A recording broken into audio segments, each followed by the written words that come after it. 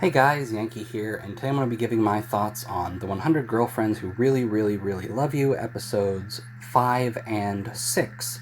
So, last video, I talked about how we kind of get a formula where it's meeting a new girl, Rentaro winning her over, making her his girlfriend, and then we get some sort of like group activity. So, episodes 3 and 4 were like that, and episodes 5 and 6 are like that as well, where episode 5 is all about meeting this new girl, Rentaro putting in the work to make her his girlfriend, and then episode 6 is the whole group going out to do something together. So episode 5 opens with the Rentaro, Kurane, Hakari, and Shizuka out in the hall looking at their test scores. Rentaro forgot his phone in class, and so he goes to go grab it, where he meets a girl just sitting there. He asks her why she isn't out in the hall checking her score, and she says, like, it's pointless, I know I'm already at the top. They lock eyes and realize they're soulmates, right? And so now the whole episode is Rentaro trying to win this girl over. The girl in question is AI Nano. She's incredibly smart, top of Rentaro's class, and she's all about being as efficient as possible. So she didn't go to look at her test score because there's no point, it's a waste of time, she already knows she's at the top. Later in this episode, Rentaro and her are working on a science project together where they're supposed to look at a microscope and sort of draw what they see, and Nano is just straight up copying the textbook. She's like, there's no point in looking at this microscope, it's a waste of time, people have already done this work for us, so why would I just ignore that? I'm just going to copy what's here in my textbook. And so she sees love as unnecessary, and there's a point where in between days at school, we see Nano at home, basically constantly thinking about Rentaro and just trying to get him out of her head. So the next day at school, she approaches him and asks him out, and he accepts, obviously. And then she just like apologizes, and she's like, I'm sorry, I don't want to go out with you. I asked you out because the quickest way to get over this was for you to just reject me, and that didn't happen. So I'm sorry, but we're not going out. And so this is the first time Rentaro really has a girl pushing against him and not wanting to date him, right? Like, Shizuka, they met and she sort of fell for him. And if Rentaro had just asked her, like, immediately, she probably would have agreed to go out with him. He still put in the work and it did something for her before doing so. But he didn't need to, right? Whereas here with Nano,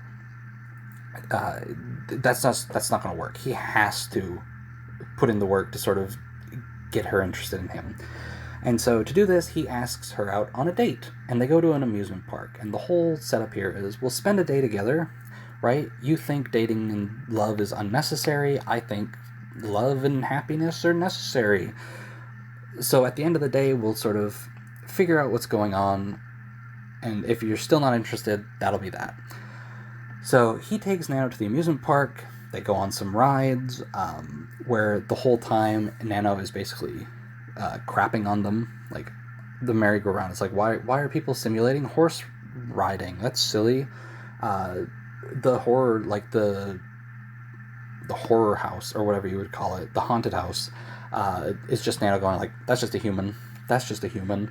The whole time, right? And the only ride that really gets a reaction out of her is the Ferris wheel, where she is afraid of heights. But the rest of the rides, she's just not interested. And this whole time, Rentaro is taking photos with a Polaroid camera. And when he starts taking photos, AI even mentions, like, why would you use that? It's every photo is just single copy. Like, anything happens to them, they're just gone forever. It's pointless. Use your phone or something. And so we get to the end of this episode, and Rentaro asks her if she's interested in dating him, and she says no. It's pointless. There's no need for it. So he takes all the Polaroid photos, and he starts burning them, at which point Nano freaks out, basically, and just snatches them away from him to save them. And with this, Rentaro is like, look, you said this is pointless, you said those photos don't mean anything, but you just saved them. And that's sort of how he wins her over, or at least gets her to accept that she wants to date him. And then episode 6, we've got the group activity, where we're going to a pool. and it's kind of a neat place. Like, it's like an indoor pool with like a nice glass ceiling so the sun can come in. Because I was wondering during this, I'm like, isn't it like spring? Isn't it like April or something? Isn't it too early to go to the pool? And then in one of the shots, I saw the ceiling, and I'm like, oh, this place is actually kind of neat. So they go to the pool and they're just swimming. Hikari, Nano, Shizuka, Kurane are all there. Kurane is sitting things out and has like a little, I don't know, I think they're supposed to be so people can change without people seeing them naked, right? It's like a little, kind of like when you go to the barber or like a salon and they put the little thing around you so they don't get hair on you. It's kind of like that, where it's just buttoned up so nobody can see her swimming suit because she's kind of embarrassed about it. So she's sitting out. Hikari and Nano and Shizuka are all swimming with Rentaro, and eventually just everything goes wrong. Rentaro almost dies, and Nano and Hikari try to save him, but fail every time they give him mouth-to-mouth. They just kiss him. And then Shizuka gets lost. She can't swim, so she's got like a little pool floaty on that gets popped, and so she ends up stranded on like a little island in the middle of like the wave pool or whatever. This episode's ridiculous. I love it. So Hikari and Nano are failing to save Rentaro, so they run off to get a lifeguard, where a couple of guys start hitting on them. And it's just like a mess. Kurane sees this.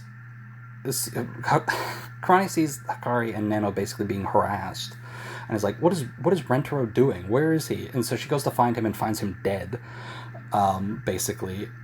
And so she says, like, why are you dying right now? Hikari and Nano are in trouble. And, like, as she gets the words out of her mouth, he, like, snaps up and is just screaming and running all over the place. And, like, this is probably the funniest episode of this show for me. I laughed a lot.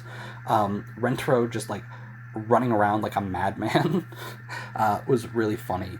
So he goes, puts a stop to the dudes hitting on Nano and Hikari, realizes Shizuka is gone, and then runs off again trying to find her. And this is something that I think they did better in the anime than the actual manga.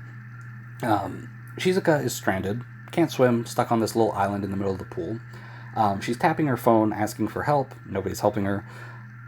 And Rentaro shows up, but her phone is now out of battery. And so she has this whole moment where she's like, I can't just use my phone to call for help. I need to speak. And so she says something very quietly. And in the anime, they sort of emphasize that Rentaro, like, really heard it and, like, immediately snapped in her direction, after she had been worrying, like, I don't speak very often, he's not going to be able to hear me over all the noise, and, like, she barely lets her voice out, and he hears it, and he snaps in her direction. Whereas, I remember in the manga, reading it, and just not being sure if he had heard her, or if it was just, like, a coincidence, where she'd raised her voice as much as she could, and then he coincidentally had looked in her direction. It's been a minute since I've reread that chapter, so maybe now it would stand out better. But I remember not being quite sure. But in this, they really emphasized that, like, yes, he heard her.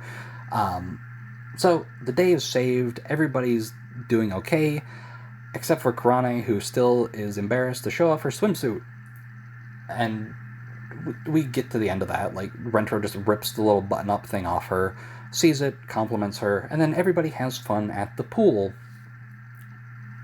And yeah, that's the episode. A really funny one. I laughed a lot during this episode. Probably the funniest in the show so far. But yeah, those are those two episodes. We got a new girl.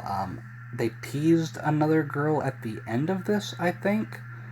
I don't remember, actually. I just watched this episode last night, and I've already forgotten if they teased the next girl. But anyway, it was a fun episode. The characters are all sort of clicking together. They're becoming, like, a nice little circle of friends. And we just got some really good comedy. But yeah, those are my thoughts on the 100 Girlfriends Who Really, Really, Really Love You, episodes 5 and 6. Pretty strong episodes. I'm looking forward to the next couple. So yeah, I'll see you guys then.